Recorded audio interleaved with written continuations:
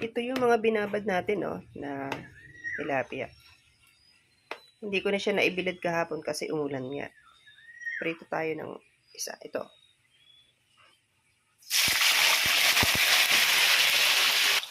Tilapsikan natin ng tubig para daw mas malutong sa mas maganda yung kulay. Yan to.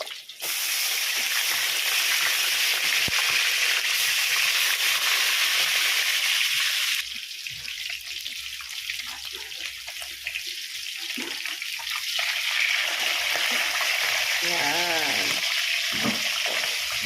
Hindi siya dumidikit.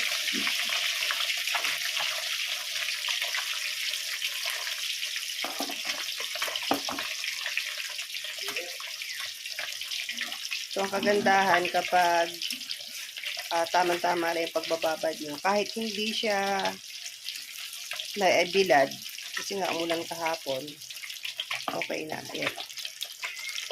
Sa dahan-dahan lang yung pagluluto at mainit na mainit yung ating kawali bago kayo maglalagay ng mantika.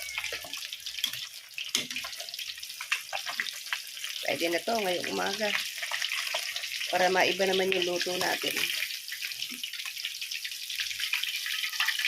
Kaunti pa. Basta mahinang apoy lang para hindi siya mabigla ng luto. So ito, okay na to. Yan.